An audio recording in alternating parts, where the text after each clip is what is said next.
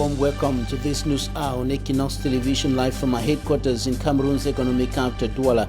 I am Bable Jonathan. In our top stories in this edition of the news, the mayor of Tuboro in the far north region of the Republic of Cameroon raises concerns of rising security threats emanating from the security crisis in neighboring Chad and the Central African Republic. And in Chad, the country's military rejects an offer of ceasefire from the rebels. It has been fighting since the unexpected death of President Idriss Déby Itno, and Somali forces loyal to the president of the country get into clashes with those working against him or fighting against him in Mogadishu. Those were our top stories.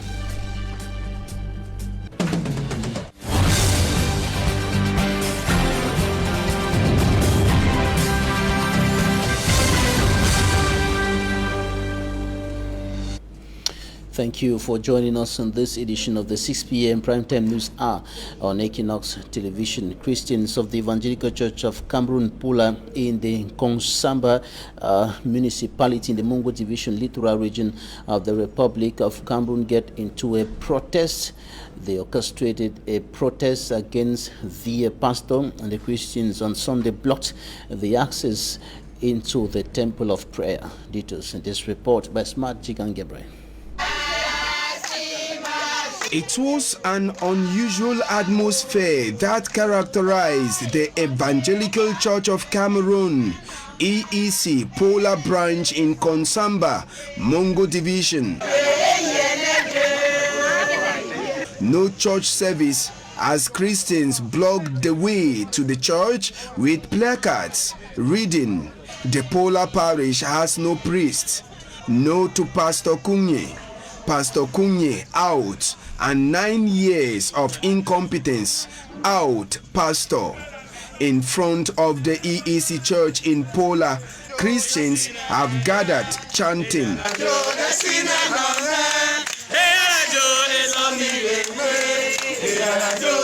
according to this faithful of EEC Pola, the reason for their outing is because money they gave for the development of the church has never been used, and even the one meant for the central church has never been forwarded. It is for this reason that they blocked the church premises, demanding that their pastor must leave.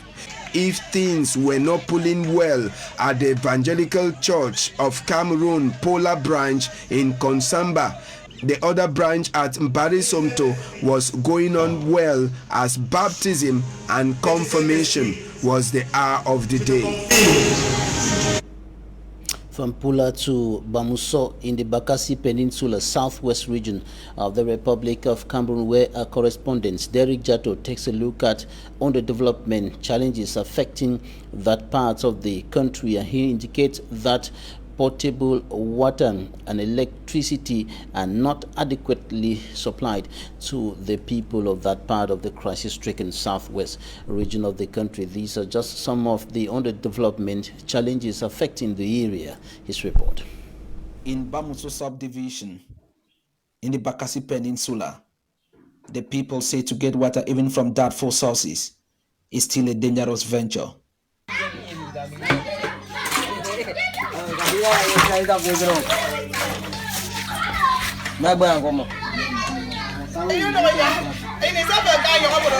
And health workers here told us that waterborne diseases are on the rise. The main ailments here that we consult, we suffer much from typhoid and minor skin ailments. But as from February 2020, we had a cholera outbreak here in Bamuso subdivision, and we recorded almost 4 deaths. And Mayor Samuel Meme, the mayor of the Bamuso Council, says the water crisis that is giving birth to other health crises will soon be history. I want to assure you that before this year, we'll have pipe-borne water in Bamuso, and that will help us to do away with maybe some diseases that used to affect our population, like cholera and other diseases. Water is just one. There are other basic amenities that Bamuso subdivision need. and electricity is one of them. And Mayor Samuel Meme on his part showed proof of soon-to-be realized electrification project in his municipality. We have an electrification project for 2 communities, which it is ongoing. As you can see for yourself, there is the construction. They are already putting in place the poles, concrete poles. Bamuso Council has no befitting structure, and action has already been taken in that direction. There will be a befitting chamber that will be constructed here, worth 315 million. Itself will be a magnificent one. Will be even to me, I would say it will be a touristic site in the Bamuso subdivision, because it's a story building that would have more than 30 offices. Expectations are therefore high to see how Bamuso subdivision will turn a new page of development. ETV's Derek Jato reporting there from Bamuso in the Bakassi Peninsula, southwest region of the Republic of Cameroon. And in the report coming up next, Innocent as it takes a look at how the Anglophone crisis has hindered development efforts of municipal councils in the 2 English-speaking regions of the Republic of Cameroon. A case in point in this newscast, the Kumba 1 municipality, the council failed to execute many of its projects earmarked for the 2020 financial year or fiscal year as a result of the Anglophone crisis, and added to the crisis late award of projects or contracts and of course rainfall. His report. Eseme Moses Eseme, mayor of the Kumba 1 Council, amidst the ghost towns, lockdowns and armed conflicts, all children of the Anglophone crisis constituted an obstacle towards 100% realization of 2021 projects like maintenance of roads, construction of classrooms, bridges, provision of potable water, electricity and other basic social amenities. Reason why only 68.26% of the earmarked projects was realized, a slight increase from 2019. With the Amazonian crisis, you will barely be able to execute a project which is well planned, calculated from the beginning to the end. And even the public investment projects that are dedicated to the Kumba 1 Council for execution, I realized that over the months, in fact from the time I took over as mayor of this municipality, it has really been very difficult to even get courageous contractors who can take up certain projects and execute them right to the end. Even the municipal treasurer, Makia Sona, during the Kumba 1 Council Administrative Management and Store Account session, confirmed this. The truth about it is that it was a very, very difficult year for us. Projects were awarded slightly late for very evident reasons, and the rains were not in our favor. So the executions were, most of the contractors were caught up by time, and we were not able to completely execute. And by the 30th of November, the contractors were still handicapped. So that's exactly why they were not paid. We're transferring the money this year, and this year they're trying to process their documents. They're going to be entirely paid. When you look at it, the one thing that is true is that in terms of cash, it was less than 200,000 francs that were effectively transferred to the new year. Being a better performance when compared to the 2019 fiscal year, the second assistant senior divisional officer from Meme Division, Njonjo Hemia, gave a merited congratulations to Mayor Eseme Moses Eseme and his team for braving the odds to ameliorate their performance. Let me seize this opportunity to commend the mayor and his team, as well as all councillors of the new team, for this result of the execution of the first budget of their mandate. We have observed that a report on the execution of investment projects have not been attached to the draft accounts, as well as other necessary appendices to the accounts. The draft administrative and management store accounts of the Kumba 1 Council stood at 613,961,900 francs CFA. To get higher on the ladder, Mayor Eseme Moses Eseme calls on the councillors to stand firm, work in synergy with defense and security forces to fight the Operation Ghost Town in the municipality with hope of winning. And in Banga, in the Mungo Division, littoral region of Cameroon, what is considered as violation of the laws governing the functioning of councils in the country by the mayor of the municipality provoked anger and tension during the last council session there, and the municipal councillors were protesting over the fact that they were not given administrative documents concerning the council session within the time frame stipulated by the law. Traditional authorities also protested and moved out of the council session, complaining that they were not given the opportunity to speak. Details in this report by Innocent Azay.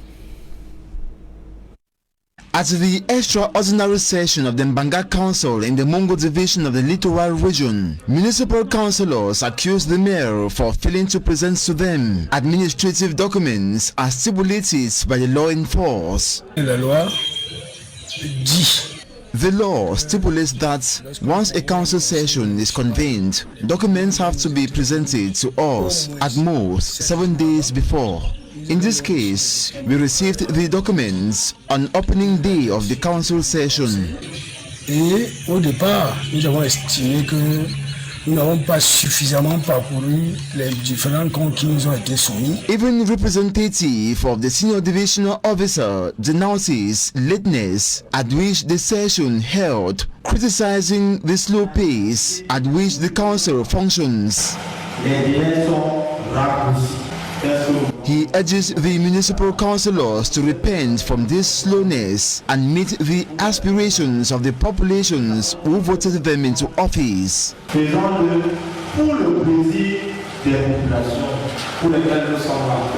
the tense atmosphere, municipal councillors walked out of the hall and returned only after hours of negotiations. Ariette Ndale Ejage, on her part, rebukes all accusations against her and rather talks of misunderstanding with her municipal councillors and rumors circulating. C'est des incompréhensions et des... She knows no one is perfect, but strives to appease. Pendant que je crois bien faire, il y en a qui trouvent que c'est pas total. Traditional rulers deplore absence of dialogue among the territorial collectivities and chiefdoms.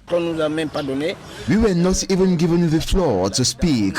They just told us to move out of the hall because the mayor wanted to speak with the councillors.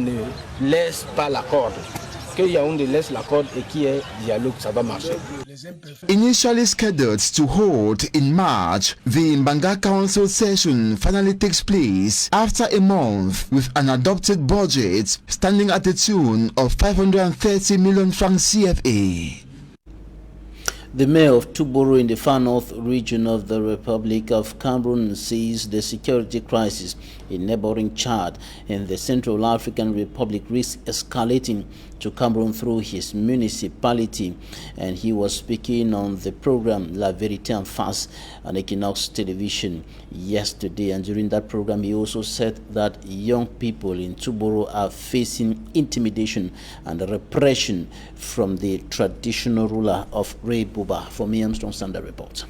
Stretch along a vast territorial border with Chad and the Central African Republic, Tuboro subdivision in the Mayotte division of the North region of Cameroon is plagued with an alarming level of insecurity. The people say kidnappings for ransom, cattle theft, armed robbery and assassinations have all taken a disturbing surge in the area. Ils sont venus environ de 23 heures. Ils ont son nombre de 8. They came attacking recently, 8 in number, at about 11 p.m.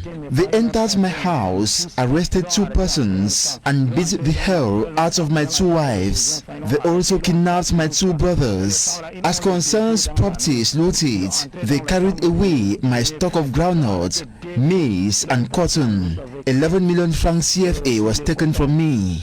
Tout ce qu'ils ont pris 12 millions. Ils ont menotté ma main avec une chaîne avant de me faire sortir de la chambre. They got me tied up and administered me beatings. My wife, upon hearing my screams, came to intervene, but she was struck hard on the head. They took 8 cows from me, a sheep, bag of maize, and my motorbike. Chèvre avec mes sacs de maïs ainsi que ma moto. Problems which, according to local inhabitants, have a direct link to the political instability in Chad and the conflict in the Central African Republic, especially that of kidnappings. Being a victim amid two others, he was demanded 25 million francs CFA. I struggled to pay 2 million francs CFA before obtaining freedom. Frustrated by the situation, local inhabitants stormed the mayor's office, where a memorandum demanding security reinforcement in Tuboro was drafted, signed and forwarded to the head of state. Coming back to the events on Equinox flagship weekly television program La Vérité en Face, the mayor Celestin Yanda says Tuboro is also faced with gross human rights violations, intimidations and threats from the traditional ruler of Ray Buba, who doubles as the vice president of the Senate in Cameroon. The mayor Celestin Yanda says the Ray Buba dynasty has for over the years crushed, intimidate and brutalized contrary political opinion in Ray Buba with total impunity. Speaking further on the alleged abuse of power, the mayor said cotton farmers in the northern regions of Cameroon are being grossly exploited by a structure based in Garwa, chief town of the north region. Hence, the management of Sode Cotton, the government of Cameroon through the Ministry of Agriculture have all maintained what he calls a suspicious silence. Du prix actuel du kilogramme de coton au Cameroun. Ils le font parce que the mayor of Tuboro in the north region of the Republic of Cameroon asking for higher or greater security measures to hinder the security crisis from spreading from Chad and the Central African Republic into Cameroon. And the Chadian army has rejected an offer of ceasefire with rebels.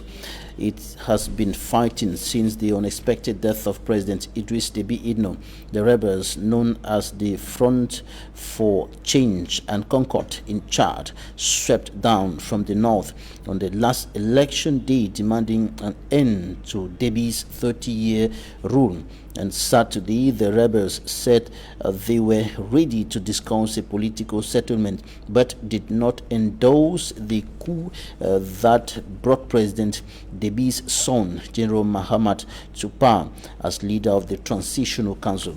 But a day later, the military council said it will not negotiate with the rebels. The military council spokesperson Azem Bemendua and Guna said that in a statement that faced with this situation that is endangering Chad and the stability of the entire region, it is not the time for mediation or negotiation with outlaws. He further stated that the fact militants were rebels and that there is no possibility of discussing with them. And he said, I quote, "We are waging war, that's all."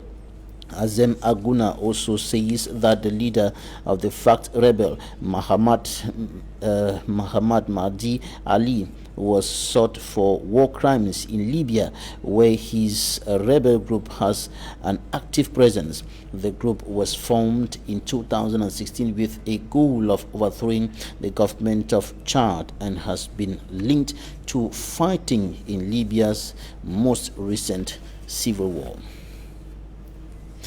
And speaking to me on the inside, a Pan-Africanist, the founder and chairman of United Africa for Economic Development, and of course civil society leader and university lecturer, Professor Akumbom Mark Anthony, indicated that there is a high risk of a possible explosion of the situation in the Chad, and that will affect the whole of the Central African sub-region and the Sahel zone. Take a listen to him.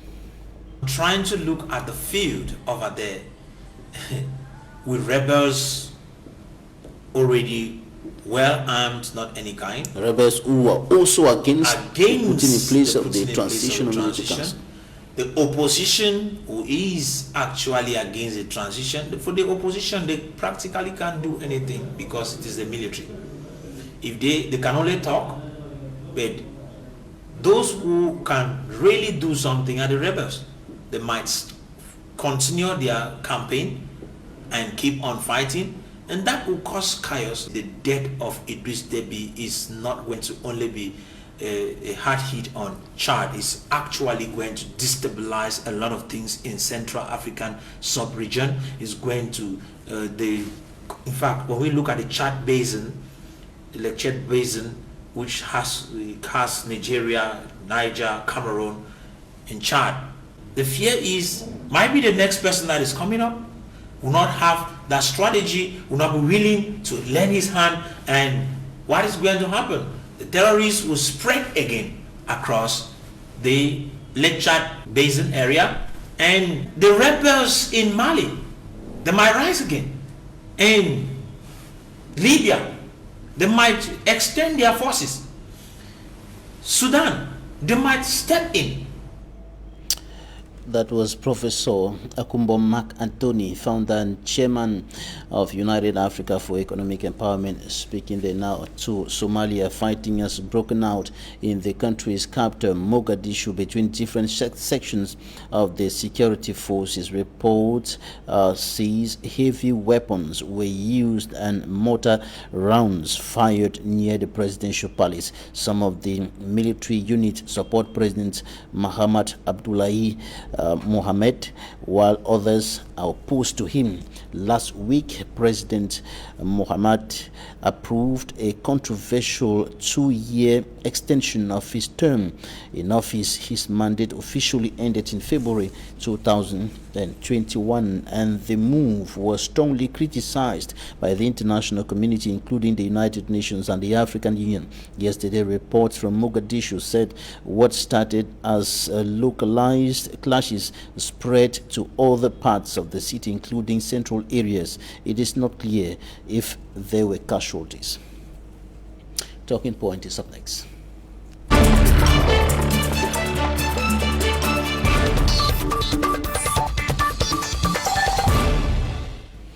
Thank you for staying with us in Talking Point. Today we are receiving an educationist and a school administrator, Louise Angie Debo. Thank you for joining us today. Yeah, thank you, Babylon, for inviting me. I hope it's going to be a nice time sharing this event. We're going to talk about increasing violence in the school and in the youth milieu, and but before that, a reaction to the concerns raised by the mayor of Tuboro in the north region of the country. He says that there is a high risk, a high possibility that the security crisis in Chad and in Central African Republic could spread to Cameroon through his municipality if nothing is done to step up security there. Before we get to the north, Mr. Babila, you see the news has essentially been negative. Information is all negative, talking about negative things around the whole world, even internally. So it is not strange for the mayor of Tuboro to be complaining, because just nearer to him is Chad that are just exploded into something that is going to be a civil war, because there is a faction that is coming from the north moving into Chad. So the fleeing of the population, we don't segregate. We will never know who is fleeing from Chad into Cameroon. So civil people will enter, military will enter, and even thieves will come in. That makes the mayor to start thinking that there is a possibility for some havoc to be caused to his community. Right, and in neighboring Chad, where things have been unstable there, the political and security climate have been unstable since the death of President Idris Deby. You know, the military says that it will not get into any negotiation or ceasefire with the rebels. It has been fighting since Idris Deby's death.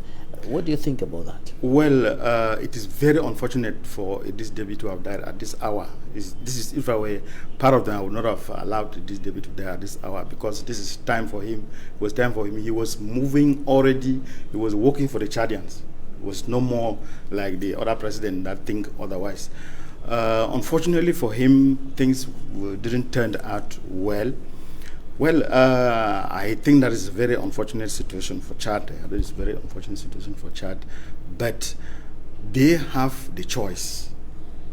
They have the choice to decide whether to negotiate or not to negotiate. You know, when you are in power, in most in Africa, those who are in power, they always think that negotiation is a taboo. But I think that it is better negotiate as sooner than later.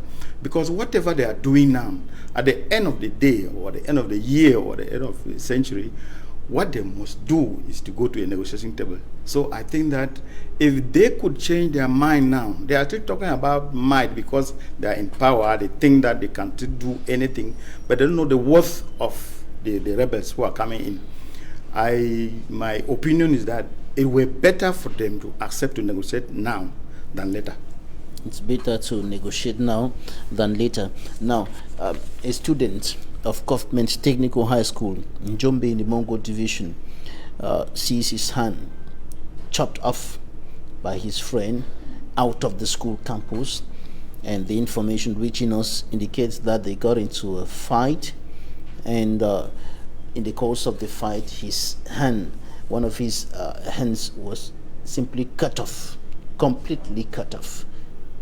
And this is not the first incident. I was speaking with an inhabitant of Njombe earlier today on phone, and he told me that these incidents, this kind of thing are recurrent in the area. Just less than 8 months ago, another student's leg was cut off by a young person in the quarters. And we are asking the question, what is happening in the student milieu? What is happening in the youth milieu in Cameroon? Well, something is happening not only in the youth milieu but in the whole country, because many sectors of the country are failing. If you see the youth behaving the way they are behaving, it's not well. We can easily rush to blame the youth, but I think the problem comes from somewhere else. The problem comes from education. Educationists have turned from educating the children to teaching the children how to go and pass examination. Children are no more educated. They are taught how to go and pass examination. And that is all. That is why you will see at the end of the year, people are jubilating with 10 papers. But while inside the child's mind, there are no moral values, there's no culture, there is no value for human life. That is why somebody can afford to take a machete and temper with the hand of a fellow human being, because he doesn't have any human value in him. He has no moral value in him, and we cannot blame the children, only the children, for that. What we do in Trinity in Bonabere is that we have made a rectangular structure between the administrators of the school, the teachers of the school, and the parents. And inside this rectangle, we put the students inside, so that before a student gets out of this rectangle, we should know. If the teacher does not know, the administrator will know. If the administrator doesn't know, the parents will know. So we have a good relation. We create a good relation with the parents in order to influence the children. The behavior of the children on the school campus and out of the school campus. And out of the school campus, we don't teach them only biology, only geography. We teach them moral values. We make them to have value for societal issues, for human being. Because if you see somebody takes a machete and is trying to cut off the hand of another and has actually done so, it's because he doesn't know the value of that hand. He doesn't know why he doesn't need to do so. He's a vacuum. He has a lot of chemistry in him, he has a lot of history in him, but he doesn't attach value to the human being that is seeing in him. And it's not his fault. What explains the shift from what is considered as qualified as holistic education to teaching children to pass exams, to have points at the GCE, to have papers at the GCE, certificates and so on? But that is what the system has become. Is it a problem at the level of the curriculum? Or? That is what the curriculum gives us to do.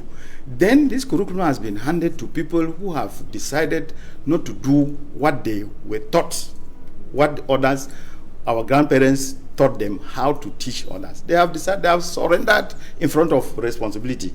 That is why we have these chaotic situations around. The curriculum will not tell you to moralize a student. The curriculum can only tell you the number of papers you expect and the number of grades and the number of points. But it is we, the administrators, who need to know that these papers will not mean anything if the child is not moralized, if the child is not educated profoundly in a religious manner, in a way that he should have value for human being, and so on and so forth. What has happened to moral education that was being taught to, I believe, in your time that was very serious? While I was in primary school, moral education, I think it was one of the important subjects that were taught almost every day. But what has happened to it? It is true. The first thing that happened to it is that the minister officially removed religion from having any value at the level of the external examination. So some people saw it that, well, you see, there's no need for doing religious studies. And it is through religious studies that we're trying to impact the children morally. Nonetheless, Mr. Babila, there is still some education that is going. It's just that it is in a few schools. And these schools cannot really influence the majority of people who have abandoned moral instructions. For example, in Trinity, we do moral instruction at least twice a week. Every morning that we do devotion, we go to the Bible, get some verses from there, and try to lecture to the students to impact them. So that if you even have a negative idea, that word of that morning can help you to calm down. So that the next day or in the same that afternoon, if you had to do something negative, you will not do again. But unfortunately, in many schools, it doesn't happen. What we are being controlled of is whether chemistry has been done well, whether history has been done well. So that makes the vacuum in the student. And that vacuum, the devil can easily occupy that vacuum. That's what is going on now. The devil takes that vacuum, occupies it, and when the child behaves one time, it looks like the child is a devil. They forget about the history that the child has been stuffed with. They forget about the physics that the child has been stuffed with. Most of these guys who behave like this are intelligent children. They are children who do well in class, but it's just that they lack the moral value. They have not been embedded with what it takes to be a person. Because it doesn't take all these academic subjects that I'm naming to be a person. You need to be somebody who knows the value of the next person that is near to you. But some of these pupils and students are told by their teachers, don't fight, don't get involved into violence. But when they leave the school campus, they still get themselves involved in gangs of criminals, in quote, in the quarters, and they get themselves involved in violent activities. It is not sufficient to tell a child that don't fight. You need to go much more further to tell him what if he fights. What are the consequences if he fights? And if somebody fights, what do you do to the child? That is it. It's not sufficient to tell somebody don't do it. We have to explain to the children what are the consequences if you fight. And when you fight, what can we do to you? And when you effectively fight, we do something that you feel it, so that you know that next time you do fight. We do a lot of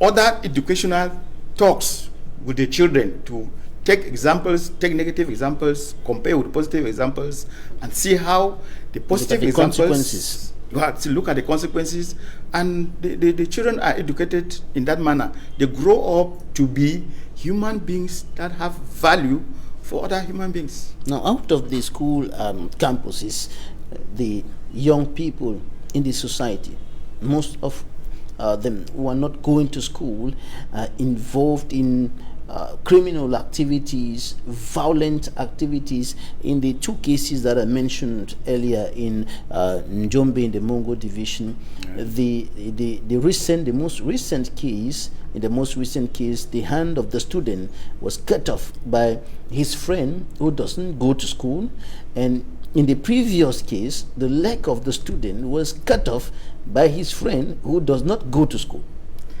Well, this issue of not going to school, it doesn't mean these children come from a home, Mr. Babila. That is why I started by saying that this thing needs the teachers, the administrators, and the parents. The children come from a home. If they are not going to school, they need to be taken care of in a certain framework in the family.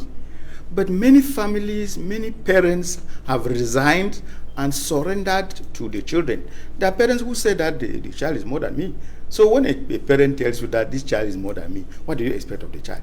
The child has to do. You cannot sit down, deliver your child, and later tell somebody that the child is more than you. It is fake. It is mockery. It is it's hypocrisy. It looks like you don't know what you are doing. But I know many people outside there who come to us and say that no, this child is more than me. They come and keep the children in school because the children are disturbing. And in most of those, in most of such cases, the parents are sometimes threatened by the children. Yes. Sometimes beaten by the children. They have allowed sometimes themselves. Wounded and even killed by their own children. We have seen many cases that the parents have been killed. It is how the children have been brought up. They have been allowed to go into loose environments where they learn many things and they drug themselves, they do funny things, and the parents resign and say that, well, he's more than me, thinking that he is only harmful to outsiders. But when this child will not have anything to do outside, will not have anybody to attack, he will come and attack the parents. So we are trying to tell the parents that no matter how a child is not big in the parents' hands. We say in our diary that you are a child until your father dies. So as long as your father is still there, you are a child, even if you are married. But it is unfortunate that the society is made in such a way that people just, at 15, children start smoking, start drinking, start doing many things that you know. And the parents are reserved. They say, oh, it's his life. Without knowing that, this thing will turn and come to us, the parents. So parents will sit up. Parents will sit up. That's all we can tell the parents. But these children must come back to normal life, or else we cannot be having negative things in the political scene, negative economy, and the moral virtues that we are supposed to defend, that are free, that we don't buy, then we surrender again. If we surrender, then we have lost everything. Then our generation is missing everything. We are not existing, Babila. I think we should hang on the moral values of life so that this generation can have a name. Because economically, we are failing. Politically, we are failing. We should hang on the morale so that at least we should have a name to say that this time, during this time, these people were existing. Luis Angietebo, educationist, school administrator, thank you for joining us today. Thank you very much for inviting me. Thank you. I will wish to extend greetings to the televiewers who have witnessed us today, and particularly to the Reverend Pastor of Yoke, who is a very, very good and candid somebody. Thank you, Mr. Babila, for this meeting. Thanks, ladies and gentlemen, for staying with us. Equinoxe is up next.